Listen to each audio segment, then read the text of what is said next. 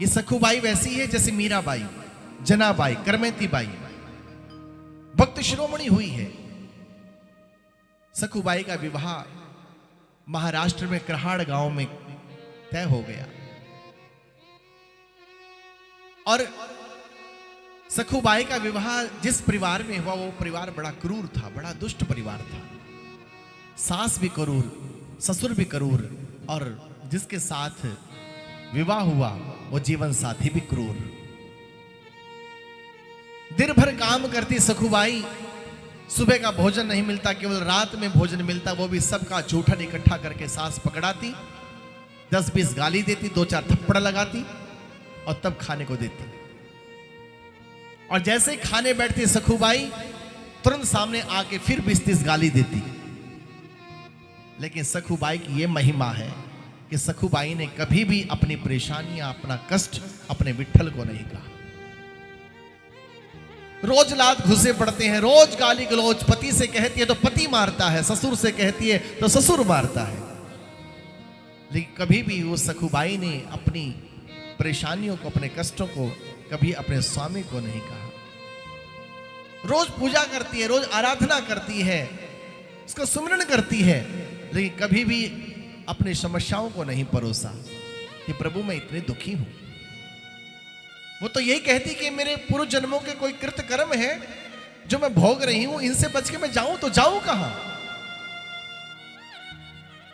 चित्त केवल लगा है विट्ठल में, शरीर से रह रही है परिवार में और चित्त पड़ा है विट्ठल में, और कभी भी अपने दुखों को भगवान से नहीं कहती है। अपने कृत कर्मों का भोग समझ करके भोग रही है। रोज गागर लेके जाती है और कृष्णा नदी से जल भर के लाती है और रोज कहती है, हे विट्ठल क्या कभी मुझे बुलाओगे।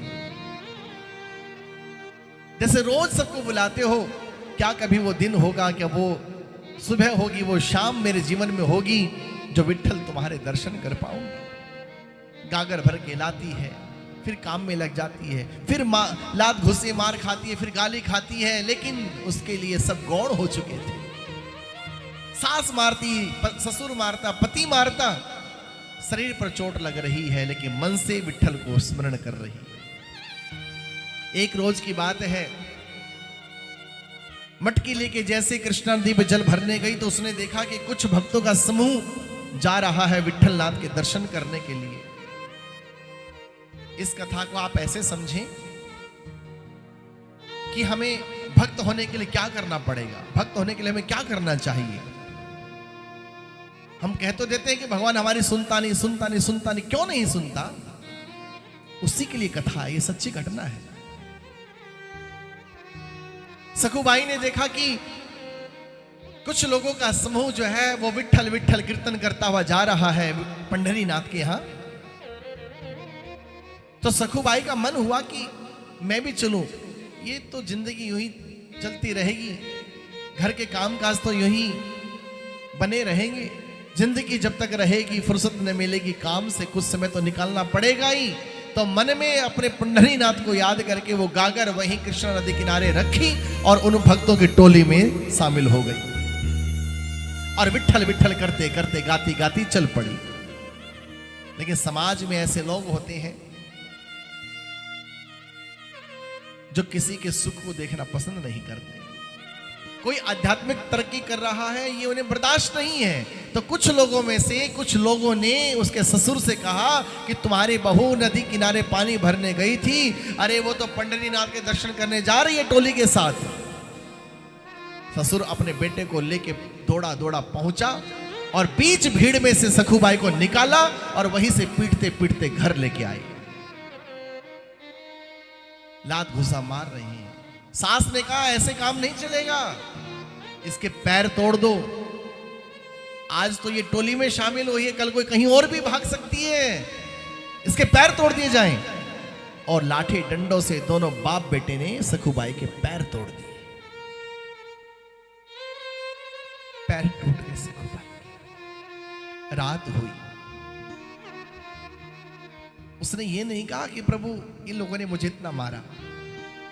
सखु ने ये कहा, प्रभु मेरे जीवन में ऐसी कौन सी कमी, कौन सा पाप रह गया था कि दर पर बुलाते बुलाते फिर संसार में फेंक दिया।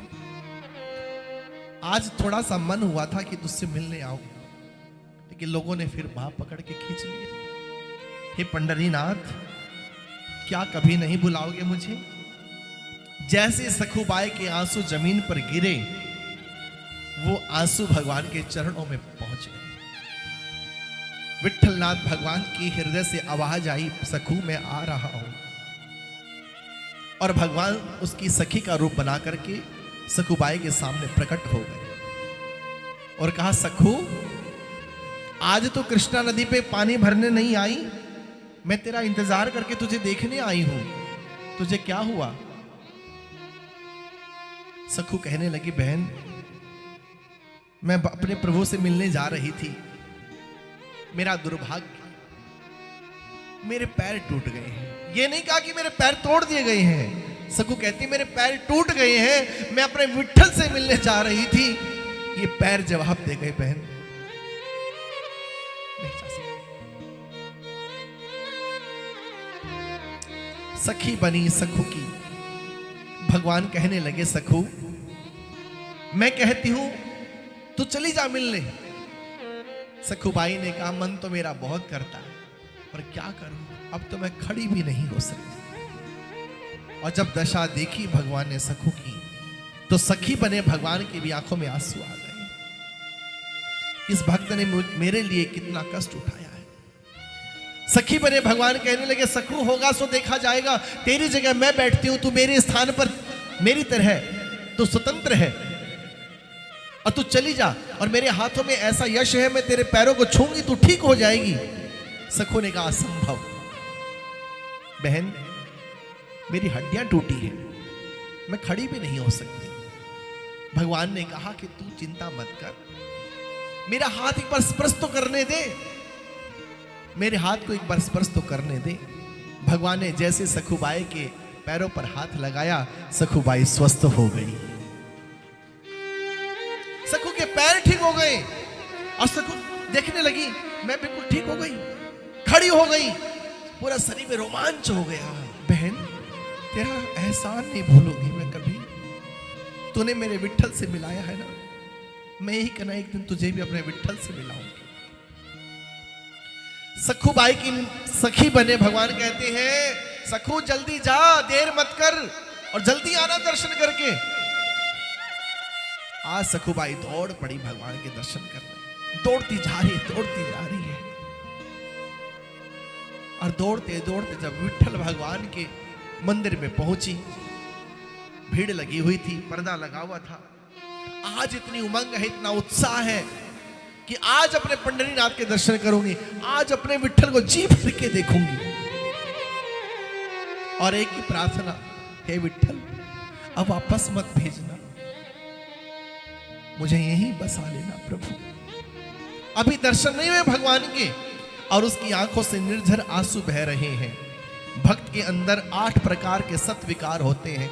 जब भी कोई शुद्ध भक्त भक्ति की ओर बढ़ता है, तो उसका पहला स्टेप, पहली उसकी सीढ़ी होती है, उसकी आंखों से आंसू बरसते हैं। जब भी पूजा करते करते, जब भी ध्यान पाठ करते करते, कथा सुनते कहते आंखों में अश्रु आए, तो समझना कि हम पहले स्थान पर पहुंच गए। पहली सीढ़ी सबसे कठिन सीढ़ी है। ये वो स्थान है जो बहुत साधनाओं के बाद प्राप्त होता है। या तो पहली सीढ़ी कठिन है, या फिर आखिरी सीढ़ी कठिन है। 8 प्रकार के सत्विकार हैं, जिनमें पहला सत्विकार है आंसू। कथा कहते सुनते, प्रभु का नाम जपते, प्रभु का दर्शन करते यदि आंखें छलछला उठे, तो समझना कि पहले सत्विकार ने तुम्हें छू लिया। दूसरा है पुलकित, भगवान को देखते ही रोम खिल उठे, रोमांच हो जाए। तीसरा है रंग, शरीर का रंग बदलने लगे। चौथा है वैवर्ण, शरीर में नाना प्रकार की हलचल होने लगे। और 5वां है स्तंभन, व्यक्ति जड़वत हो जाए। और छठा है मूर्छा, और 7वां है वैवर्ण पुलकित, और 7वां है मूर्छा, और 8वां है मृत्यु। भगवान को याद करते करते मृत्यु आ जाए। सखुबाई अभी दर्शन नहीं कर रही है, पहले ही आंखों में आंसू आ गए हैं, धड़ धड़ नदी के जल की तरह आंसू बरस रहे हैं। और जैसे ही पर्दा हटा, दर्शन हुआ, तो रोमांच होने लगा। सारे रोम खड़े हो गए भगवान को देखते ही। ये दूसरा सत्विकार हुआ। और तीसरा रंग, शरीर रंग बदलने लगा, वैवर्ण हुआ, स्तंभन हुआ, जड़वत शरीर हो गया। और सातवां विकार, भगवान का दर्शन करते करते वो मूर्छित हो गई। कुछ देर बाद मूर्छा दूर हुई, फिर दर्शन करने लगी और भगवान को देखते देखते सखुबाई ने शरीर भगवान के चरणों में त्याग दिया। 8 प्रकार के ये सत्विकार हुए, एक एक करके सब सत्विकार आने लगे और आखिर में सखुबाई ने शरीर त्याग दिया।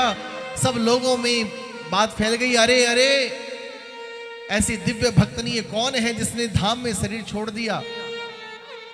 उस करहाड़ गांव से कुछ लोग आए थे, उन्होंने देखा, अरे ये तो फलाने की बहू है, अरे धाम में शरीर छूटा है, ये तो बड़ी पवित्र आत्मा है, क्या करें इसे करहाड़ लेके जाएं या यहीं पर अग्नि दे दी जाए।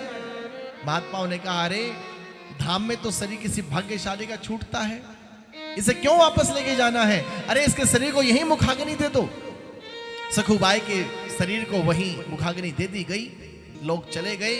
आधी रात में मां लक्ष्मी पधारी और राग को इकट्ठा किया और छींटा दिया जल का। उद्भव स्थित संहार कारणिम कलेश हारणिम सर्वश्रेष्ठ करीम सीताम न तो हम राम वल्लभाम। वो जगत जननी जो उत्पन्न करना जानती है, पालन करती है, जो संहार करती है, वो फिर से सृष्टि पैदा करना भी तो जानती है, वो शक्ति है उनके अंदर।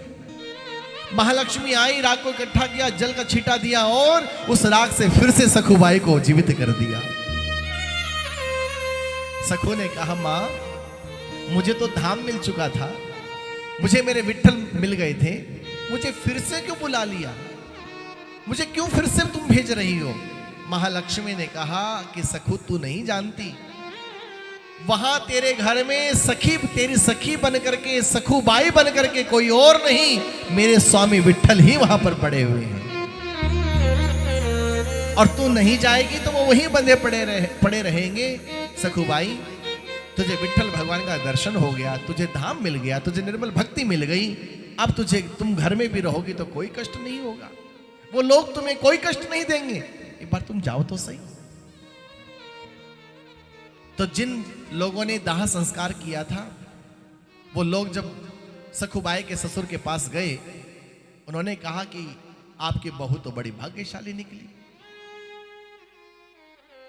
पंढरीनाथ के दर्शन करते शरीर त्याग दिया, हम अपने हाथों से संस्कार करके आए हैं। सखुबाई के ससुर कह रहे, तुम्हारा दिमाग खराब है, हमारी बहू अंदर पड़ी हुई है, उसके पैर तोड़ रखे हमने, वो खंबे से बंधी पड़ी है।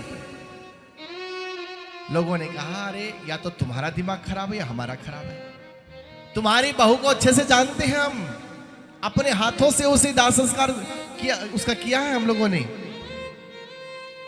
सखुबाई के ससुर को गुस्सा आया और कहा कि चलो अंदर।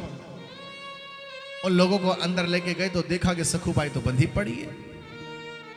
अब उन लोगों का सिर चकरा गया, यदि ये सखुबाई है तो वहां जिसका शरीर छूटा वो कौन था, या वो सखुबाई है या फिर ये सखुबाई है। इतने में सखुबाई घर में प्रवेश कर गई।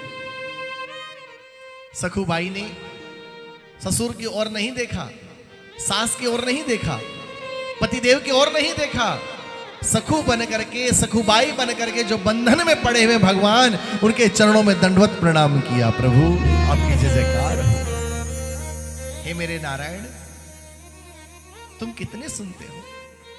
ससुर देख रहा है, सास देख रही है, पति देख रहा है कि ये कर क्या रही है, ये दो रूप में सखु कैसे है, ये सच है या ये सच है। तब सखुबाई अपने ससुर से हाथ जोड़ के कहती है, पिताजी आपने मेरे पैर तोड़ दिए थे, मेरे पति ने, मेरी सास ने मुझे इस लायक नहीं छोड़ा कि मैं चल करके विट्ठल भगवान के दर्शन करती। मैंने आप लोगों की कोई शिकायत नहीं की है, और आपसे कोई शिकायत है भी नहीं। ये तो मेरे प्रभु की कृपा है कि उस रात जब मैं पुकार रही थी तो मेरे विट्ठल इसी घर में प्रकट हुए और सखु बन करके या बंधन में पड़े और मुझे मुक्त करके धाम दे दिया। ये तो प्रभु की बड़ी परम कृपा है। अब सखुबाई के ससुर को और पति को और सास को बड़ा ग्लानि महसूस हुई और सखुबाई के चरण पकड़ के माफी मांगी, फिर भगवान से क्षमा मांगी। भगवान ने कहा कि जो भक्त को सताता है उससे मैं कभी नहीं मिलता। सखुबाई ने कहा प्रभु मुझ पर यदि आपका परम अनुग्रह है तो इनके अपराधों को क्षमा कर दीजिए। भगवान ने उनको क्षमा किया, भगवान अंतर्ध्यान हुए। कहने का तात्पर्य है कि भक्त के अंदर दो चीजें जब आ जाएं, दो भाव जब आ जाएं तो मानना कि आप भक्त हैं। एक दीनता और एक अनन्यता। दीनता कभी भी अपने प्रभु को अपनी परेशानियों को न कहना, कभी भी अपने ठाकुर जी को अपनी उलझनों के विषय में नहीं कहना, क्योंकि चींटी के पग घुंघरू बाजे वो भी साहेब सुनता। चींटी के पग घुंघरू बजे वो भी भगवान को सुनाई देते हैं, तो हम कह करके क्यों तौहीन करें। बोल बांके बिहारी लाल की